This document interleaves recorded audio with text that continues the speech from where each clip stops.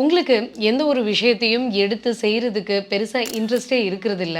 எந்த விஷயம் எடுத்துக்கிட்டாலும் அதுல சீக்கிரமாவே நெறைய பிளாக்கேஜஸ பார்க்குறீங்க. அதேபோல உங்களுக்கு தொடர்ச்சியா ஹெல்த் இஷ்யூஸ் இல்ல ரிலேஷன்ஷிப் இஷ்யூஸ்ன்னு ஏதாவது ஒண்ணு மாத்தி மாத்தி வந்துகிட்டே இருக்கு அப்படின்னா, உங்களுடைய எனர்ஜி லெவல் ரொம்பவே நெகட்டிவா இம்பாக்ட் ஆயிருக்கு அப்படின்னு அர்த்தம். யார் ஒருத்தருக்கும் அவருடைய லைஃப நல்ல விதமா லீட் பண்றதுக்கும், ஆக்கப்பூர்வமான விஷயங்கள செய்றதுக்கும் நல்ல ஒரு எனர்ஜி லெவல் அப்படிங்கிறது அவசியமான விஷயம்.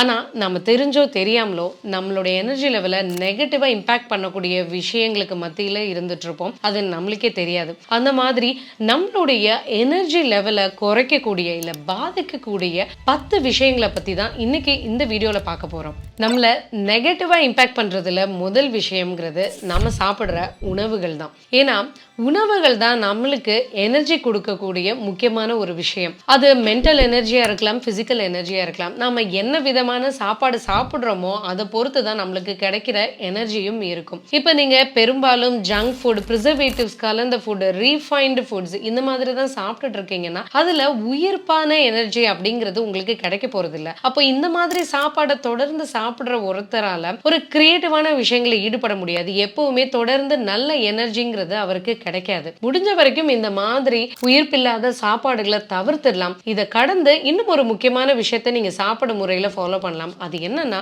ஒவ்வொரு முறை நீங்க சாப்பிடுறதுக்கு முன்னாடியும் அந்த சாப்பாடை பிளஸ் பண்ணுங்க. பிளஸ் பண்ணி அதுக்கு ஒரு பாசிட்டிவ் எனர்ஜியை கொடுங்க. அதை கொடுத்துட்டதுக்கு அப்புறமா நீங்க அந்த சாப்பாடை சாப்பிடுறப்போ அந்த சாப்பாடுல இருந்து நல்ல எனர்ஜி உங்க உடம்புக்கும் கிடைக்கும். இதன் மூலமா உங்க மைண்டும் என்னைக்கும் பாசிட்டிவான எனர்ஜியோட செயல்படும். அடுத்தது ரெண்டாவது விஷயம், நாம கன்சியூம் பண்ற இன்ஃபர்மேஷன். இன்னைக்கு நம்மளை சுத்தி ஏதாவது ஒரு விதத்துல ஒரு தகவல் நம்மளை அடைஞ்சுக்கிட்டே தான் இருக்கு. அது நியூஸா இருக்கலாம், சோஷியல் மீடியா போஸ்டா இருக்கலாம், என்னவா இருந்தாலும் சரி, நாம ஒரு நாளைக்கு பல லட்சம் இன்ஃபர்மேஷனை தொடர்ந்து கன்சியூம் பண்ணிட்டே இருக்கும். நாம கன்சியூம் பண்ற இந்த இன்ஃபர்மேஷன்றது பெரும்பாலும் நெகட்டிவ் இன்ஃபர்மேஷனா தான் இருக்கு. ஒண்ணு எங்கேயாவது ஒரு ஆக்சிடென்ட் நடந்தது, இல்ல எங்கேயாவது ஒரு போர் நடக்குது, இல்ல எங்கேயாவது இந்த மாதிரி ஒரு வெட்டு குத்து கொலைங்கிற மாதிரியான இன்ஃபர்மேஷன் தான் நம்ம அதிகமா கேள்விப்படுறோம். அதை பத்தி தான் நம்ம தேடி தேடி போய் வாசிக்கவும் செய்யறோம். நீங்க நெகட்டிவாவே தான் கன்சியூம் பண்ணிட்டு இருக்கீங்கன்னா நீங்க எப்படி ஒரு பாசிட்டிவ் பர்சனா இருக்க முடியும்? நெகட்டிவ் விஷயங்கள் உங்களுடைய எனர்ஜியை நெகட்டிவா தான் மாத்தும். உங்கள்கிட்ட இருக்கிற எனர்ஜி லெவலை குறைக்க தான் செய்யும்.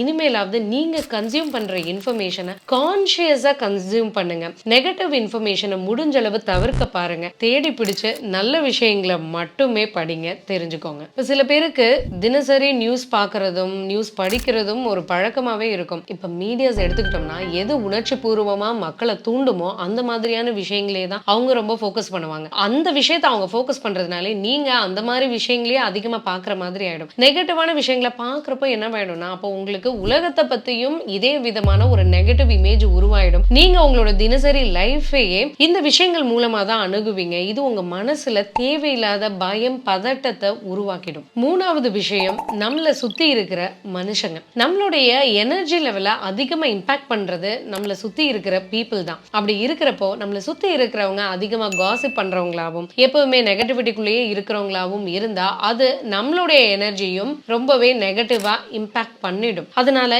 இந்த மாதிரி பீப்புள் உங்களை சுத்தி இருக்காங்கன்னா அவங்க கூட இன்ட்ராக்ஷன்ஸை முடிஞ்ச அளவுக்கு குறைச்சுக்கோங்க. டாக்ஸிக் பீப்புளை பத்தி இன்னும் நீங்க அதிகமா தெரிஞ்சுக்கணும்னா அதை பத்தின ஒரு முழு வீடியோ நான் போட்டிருக்கேன். அதை டிஸ்கிரிப்ஷன் பாக்ஸ்லயும் நான் அந்த லிங்கை கொடுக்குறேன். அந்த வீடியோவும் கண்டிப்பா நீங்க வாட்ச் பண்ணுங்க. டாக்ஸிக் பீப்புள் நம்ம லைஃப்ல இருக்காங்கன்னா அவங்களை எப்படி ஐடென்டிஃபை பண்றது, அவங்க கிட்ட இருந்து எப்படி நம்மளோட எனர்ஜி லெவலை காப்பாத்திக்கிறது அப்படிங்கிற விஷயங்களை அந்த வீடியோவை பார்த்து நீங்க தெரிஞ்சுக்கலாம். நாலாவது விஷயம், உங்களுடைய பாடி போஸ்டர். இப்போ நீங்க ஸ்கூல்ல படிச்சுட்டு இருக்கிறப்போ உங்களுக்கு ஞாபகம் இருந்திருக்கலாம், உங்க டீச்சர் முக்கியமான ஒரு கான்செப்ட் உங்கள்கிட்ட எக்ஸ்பிளைன் பண்ண போறாங்கன்னா அவங்க ஃபர்ஸ்ட் எல்லாரும் நிமிர்ந்து உட்காருங்க அப்படிங்கறத தான் சொல்லியிருப்பாங்க. இதே மாதிரி தான் ஒரு தியானம் பண்றப்பையும் ஃபர்ஸ்ட் அவங்க சொல்ற விஷயம் நிமிர்ந்து உங்களுடைய முதுகுத்தண்டை நேராக்கிக்கோங்க அப்படிங்கிறது தான். எதனால இதை சொல்றாங்க அப்படின்னா, நீங்க நிமிர்ந்து உட்கார்றப்பதான் உங்களுடைய மூளை, உங்களுடைய முதுகுத்தண்டு இது எல்லாமே ஒரே நேர்கோட்ல வருது. நேர்கோட்ல வர்றப்போ உங்களுக்கு கிடைக்கிற இன்ஃபர்மேஷனை உங்களால சரியான விதத்துல ப்ராசஸ் பண்ணவும் முடியும். அதே சமயத்துல இப்போ நேரா இல்லாம இப்போ குனிஞ்சிட்டு இருக்கீங்க அப்படிங்கிற பட்சத்துல உங்களுடைய முதுகும் தலையும் நேரா இருக்கிறதுல அதனால இந்த மைண்ட் பாடி கம்யூனிகேஷன் அப்படிங்கிறது சீரா இருக்காது. ஒருத்தர் நல்ல விதமா திங்க் பண்ணணும், அவருடைய தாட்ஸ்ல அவருக்கு கிளாரிட்டி வேணும், ஒரு தெளிவு வேணும் அப்படின்னு நினைச்சாருன்னா அவர் ஃபர்ஸ்ட் கரெக்ட் கரெக்ட் பண்ணிக்க வேண்டியது அவருடைய பாடி போஸ்டரை தான். ஆனா இன்னைக்கு என்ன ஆயிடுச்சுன்னா, நம்மள நிறைய பேர் போனை அதிகம் பார்க்குறோம், லேப்டாப்ல அதிகமா வேலை செய்யறோம். இதனாலேயே நம்மளுடைய பாடி போஸ்டரை பத்தி நம்ம சரியா கவலைப்படுறது கிடையாது. நாம பல நேரங்கள்ல குனிஞ்சு கூன் போட்டுட்டே தான் வேலை செஞ்சு பழகிட்டோம். இது என்னவாயிடுது, இன்டைரக்டா நம்மளுடைய மைண்ட் செட்டையும் அஃபெக்ட் பண்ண தொடங்கிறது. இது நம்மள அறியாமலே நமக்குள்ள ஏற்படுற ஒரு மாற்றம். ஒரு கான்ஃபிடென்ட்டா ஒரு பர்சன் இருக்காரு, கிளியரா அவர் கம்யூனிகேட் பண்றாரு அப்படின்னு பாத்தீங்கன்னாலே அவருடைய பாடி போஸ்டர் நேரா இருக்கிறத நீங்க பார்க்க முடியும். இந்த வீடியோ பார்த்துட்டு இருக்க இந்த நிமிஷம் கூட நீங்க செக் பண்ணுங்க. ஒருவேளை உங்களுடைய முதுகு தண்டு நேரா இல்ல, குனிஞ்சிட்டு இருக்கு, இல்ல வேற விதமா சாஞ்சிட்டு இருக்கு அப்படின்னா ஒரு செகண்ட் அதை நேராக்கி பாருங்க. இம்மீடியட்டா உங்க எனர்ஜி லெவல்ல ஒரு ஷிஃப்ட் ஏற்படுறத நீங்களே எக்ஸ்பீரியன்ஸ் பண்ண முடியும். இந்த பாடி போஸ்டர்ல சேஞ்ச் அப்படிங்கிறது இம்மீடியட்டா பண்ற விஷயம் கிடையாது. என்னதான் நம்ம கான்ஷியஸா ஒரு தடவை நிமிர்ந்து உட்கார்ந்தா கூட கொஞ்ச நேரத்திலேயே நம்ம திரும்பவும் நம்மளுடைய பழைய பாடி பொசிஷனுக்கே போயிடுவோம். அப்படி இல்லாம எப்பயுமே நம்ம ஒரு விதமான நேரான போஸ்டர்லயே இருக்கணும்னு நினைச்சீங்கன்னா இதை நீங்க ரெண்டு விதமா அச்சீவ் பண்ணலாம். ஒன்னு யோகா எக்ஸசைஸ், இதன் மூலமாகவும் உங்களுடைய பாடி போஸ்டரை நேராக்கலாம். இல்லைன்னா ரெண்டாவது விஷயம் உங்களுடைய மைண்ட் செட். நான் முன்னாடி சொன்ன மாதிரி உங்களுடைய போஸ்டர் எப்படி உங்களுடைய மைண்ட் செட்டை பாதிக்குதோ அதே போலதான் உங்களுடைய மைண்ட் செட்டை நீங்க மாத்துறதன் மூலமா உங்களுடைய பாடி போஸ்டரையும் நேராக்க முடியும். என்னுடைய பாடி போஸ்டருமே ரொம்ப காலத்துக்கு நேரா இல்ல. எனக்கும் இந்த பாடி போஸ்டர் ப்ராப்ளம் இருந்தது. நான் எப்போ என்னுடைய மைண்ட் செட்ல கான்சென்ட்ரேட் பண்ணி என்னுடைய மைண்ட் செட்டை சரியான விதத்துல அமைச்சுக்கிட்டேனோ, என்னுடைய கான்ஃபிடன்ஸ் லெவல்ல ஒர்க் பண்ணி செல்ஃப் கான்ஃபிடன்ஸ் லெவலை இன்க்ரீஸ் பண்ணேனோ, அப்போ ஆட்டோமேட்டிக்கா என்னுடைய பாடி போஸ்டர்லயும் என்னால சேஞ்சஸை ஃபீல் பண்ண முடிஞ்சது. உங்களுடைய பாடி போஸ்டர் இன்னைக்கு சரியா இல்ல அப்படின்னு நீங்க நினைச்சீங்கன்னா கண்டிப்பா அதுக்கான முயற்சியை எடுங்க. அதன் மூலமா உங்களோட பாடி போஸ்டரை நேராக்குங்க. அப்படி நீங்க செய்யறப்போ உங்களுடைய எனர்ஜி லெவலும் சீரா இருக்கிறத நீங்களே பார்க்க முடியும். அடுத்த பாயிண்ட்டை நம்ம பார்க்கறதுக்கு முன்னாடி இது வரைக்கும் நான் சொன்ன விஷயங்கள்லாம் உங்களுக்கு யூஸ்ஃபுல்லா இருக்கு அப்படின்னு நினைச்சீங்கன்னா கண்டிப்பா இந்த வீடியோக்கு ஒரு லைக் கொடுங்க. நம்மளுடைய செல்ஃப் சிங் ஸ்கூல் தமிழ் சேனலுக்கு சப்ஸ்கிரைப் பண்ணலன்னா சப்ஸ்கிரைப் பண்ணிக்கோங்க. கூடவே இந்த பெல் ஐக்கானையும் கிளிக் பண்ணிடுங்க. நம்ம எனர்ஜி லெவல்ஸை இம்பாக்ட் பண்ணக்கூடிய அஞ்சாவது முக்கியமான விஷயம்ங்கிறது நம்மளை சுத்தி இருக்கிற என்விரான்மெண்ட். இப்போ நிறைய பேருக்கு இந்த ஒரு பழக்கம் இருக்கும். அவங்க படுக்க போறாங்கன்னா அவங்க பெட்டுக்கு பக்கத்திலேயே மருந்து பாட்டில் இருக்கும், அவங்களுடைய மெடிக்கல் பில்ஸ் இருக்கும், ஸ்கேன் ரிப்போர்ட்ஸ் எல்லாம் இருக்கும். இப்போ இந்த விஷயங்கள்லாம் அவங்களை சுத்தி எப்பயுமே இருக்கிறப்ப என்னன்னா இதெல்லாம் ஒரு கான்ஸ்டன்ட் ரிமைண்டர்ஸ், அவங்களுடைய ஹெல்த் ப்ராப்ளம்ஸ் பத்தி அவங்கள திரும்ப திரும்ப நினைவுபடுத்தக்கூடிய விஷயங்கள். இதை பார்க்கறப்பெல்லாம் அவங்களுக்கு அவங்களுடைய ஹெல்த் ப்ராப்ளம்ஸ் ஞாபகம் வந்து அவங்களுடைய எனர்ஜி லெவல்ஸை குறைக்க ஆரம்பிச்சிடும். இதே இது ஃபினான்ஷியல் லெவலில் ஒருத்தவங்க ஸ்ட்ரெஸ்ல இருக்காங்கன்னா அவங்கள சுற்றி கண்ணில் படுற மாதிரியே அவங்களுடைய பில்ஸ் இருக்கு அப்படின்னா அதை பார்க்குறப்ப அவங்களுக்கு கண்டிப்பாக அவங்களுடைய கமிட்மெண்ட்ஸ் ஞாபகத்தில் வந்துக்கிட்டே இருக்கும். இது அவங்களுடைய எனர்ஜி லெவல்ஸில் ஒரு பெரிய ட்ராப்பையும் ஏற்படுத்தும். அதனால இந்த மாதிரி உங்களை நெகட்டிவாக இம்பாக்ட் பண்ணக்கூடிய விஷயங்கள் உங்களுடைய என்விரான்மெண்ட்ல இருக்குன்னா முதல்ல அது எல்லாத்தையும் உங்க கண்ணில் படாதபடி எடுத்து வச்சிருங்க. இதே மாதிரி ஆறாவது விஷயம், உங்களுடைய ஓல்டு மெமரிஸ், உங்களுக்கு தேவையில்லாத நெகட்டிவ் மெமரிஸை நினைவுபடுத்தக்கூடிய விஷயங்கள் என்னென்ன உங்க வீட்டில் இப்போ இருக்கு அப்படிங்கிறதையும் ஒரு முறை செக் பண்ணுங்க. சில போட்டோஸா இருக்கலாம், சில நினைவு பொருட்களா இருக்கலாம். அதெல்லாம் பார்க்குறப்போ உங்களுக்குள்ள நல்ல நினைவுகள் ஏற்படல, அன்னைக்கு இருந்த வலிகளும் வேதனைகளும் தான் நினைவுக்கு வருது அப்படின்னா இந்த விஷயங்களையும் உங்க கண்ணில் படாதபடி அப்புறப்படுத்திடுங்க. ஏழாவது விஷயம், உங்களை சுத்தி இருக்கிற பொருட்கள் ஒழுங்கில்லாம இருக்கு, இல்ல அன்கிளீனா இருக்கு அப்படின்னா இதே விதமான ஒரு எனர்ஜியை தான் அது உங்க மைண்டுக்குள்ளேயும் ஏற்படுத்தும். ஒரு டிஸ்ஆர்கனைஸ்டான ஒரு என்விரான்மெண்ட்ல இருக்கிற ஒருத்தருடைய மைண்டும் டிஸ்ஆர்கனைஸ்டா தான் இருக்கும். அவரால் தெளிவா எதுவும் யோசிக்க முடியாது, பிளான் பண்ண முடியாது, எக்ஸிக்யூட் பண்ண முடியாது. இப்போ உங்களுடைய வீட்டுல பாக்குறப்போ அங்கங்க துணிகள் குமிஞ்சு கிடக்குது, மடிக்காம சுருட்டி கிடக்குது அப்படின்னா இது எல்லாமே நெகட்டிவ் எனர்ஜி கொடுக்கக்கூடிய விஷயங்கள். அதனால உங்களுடைய என்விரான்மெண்ட்டை நேராக்குங்க. எந்த விஷயம் நீங்க வச்சிருந்தீங்கனாலுமே அதை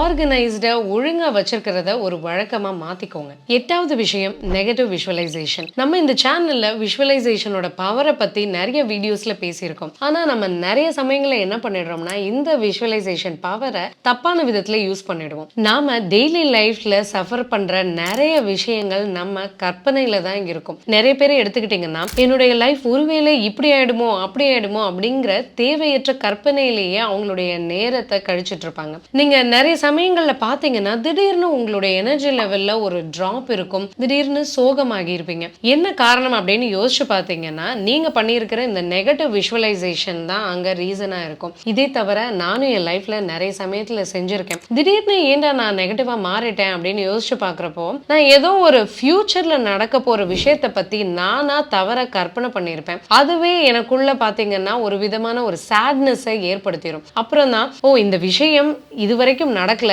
இனிமேலும் நடக்கிறதுக்கான வாய்ப்புங்கிறது ரொம்ப ரொம்ப குறைவு. அதனால இதெல்லாம் யோசிச்சு நீ வருத்தப்பட வேண்டியதில்லை, சேட் ஆக வேண்டியதில்லைன்னு என்ன நானே ரொம்பவே கன்வின்ஸ் பண்ணி அந்த எனர்ஜியில இருந்து என்னை வெளியே எடுத்து வர வேண்டியிருக்கும். இதே தவிர நீங்களும் செஞ்சுட்டு இருக்கலாம். அதனால இந்த நெகட்டிவ் விஷுவலைசேஷனை முடிஞ்ச அளவுக்கு குறைச்சுக்க பாருங்க. 9வது விஷயம் செல்ஃப் டாக். நம்ம லைஃப்ல எத்தனையோ இன்சிடென்சஸ் நடக்கலாம். ஆனா அந்த இன்சிடென்சஸ் பாசிட்டிவ் ஆகுறதும் நெகட்டிவ் ஆகுறதும் நாம நமக்கு பேசிக்கிற இந்த செல்ஃப் டாக்ல தான் இருக்கு. நீங்க உங்ககிட்ட பெரும்பாலான நேரத்துல ஐயோ இப்படி நடந்துருச்சே, இனிமே இப்படிதான் எல்லாமே நடக்க போகுது, இல்ல இந்த விதமா தான் என் லைஃப்ல எப்பயுமே நடந்துட்டு இருக்குன்னு தொடர்ந்து உங்ககிட்ட நெகட்டிவாவே பேசிட்டு இருக்கீங்கன்னா அது உங்களுக்குள்ள கண்டிப்பா ஒரு நெகட்டிவ் எனர்ஜி லெவல தான் கொடுக்கும். அதனால உங்களுடைய செல்ஃப் டாக்ல இனிமே கவனம் செலுத்துங்க. நீங்க நெகட்டிவா பேசுறீங்கன்னா அந்த டாக்கை அப்பவே நிறுத்திட்டு பாசிட்டிவா பேசி பழகுங்க. 10வது விஷயம் அன்ஃபர்கிவ்னஸ். நம்மளுடைய எனர்ஜி லெவல்ஸ் அதிகமான தடவை ட்ராப் ஆகுறதுக்கு காரணம்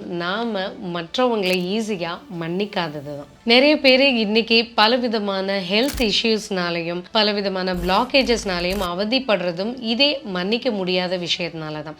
எப்போ ஒருத்தர் இன்னொருத்தர் செஞ்ச தவற ஈஸியா மன்னிக்கிறாரோ, மன்னிச்சு அதை மறக்கிறாரோ, அப்பவே அவருக்குள்ள இருக்கிற நெகட்டிவ் எனர்ஜிஸையும் ரிலீஸ் பண்ணிடுறாரு. அவர் அந்த விதமா அவருக்குள்ள இருக்கிற நெகட்டிவிட்டிஸை ரிலீஸ் பண்றப்போ அவருடைய உடம்புலையும் மனசுலையும் ஒரு விதமான லைட்னஸை இம்மீடியட்டா ஃபீல் பண்ண முடியும். அப்படி இல்லாம எப்பெல்லாம் நீங்க மற்றவங்க செஞ்ச தவறுகளையும் துரோகங்களையும் மறக்க முடியாம எல்லாத்தையும் உங்களுக்குள்ள போட்டு நிரப்பிக்கிறீங்களோ, உங்களுடைய மனசும் உடலும் எப்பவுமே பாரமாவும் ரொம்பவும் ஹெவியாவும் இருக்கிற மாதிரி தான் நீங்க ஃபீல் பண்ணுவீங்க. எல்லாருக்குமே மன்னிப்புங்கிறது அவ்வளவு ஈஸியா வந்துடுது. ஆனா அப்படி நீங்க ஈஸியா மன்னிக்கணும்னு நினைச்சீங்கன்னா நான் சொல்ற இந்த விஷயத்தை கடைபிடிங்க. முதல்ல ஒருத்தர் உங்களால மன்னிக்கவே முடியலன்னு நினைச்சீங்கன்னா அவரை மன்னிக்க அட்லீஸ்ட் நான் தயாராகிறேன் அப்படின்னாவது சொல்ல தொடங்குங்க. இதை சொல்றப்பயே உங்களோட மைண்ட் அட்லீஸ்ட் தயாராகிற ஸ்டேஜுக்காவது வரும். அதுக்கு அடுத்து அவரை முழுசா உங்களால மன்னிக்க முடியலனாலும் வார்த்தை அளவுலையாவது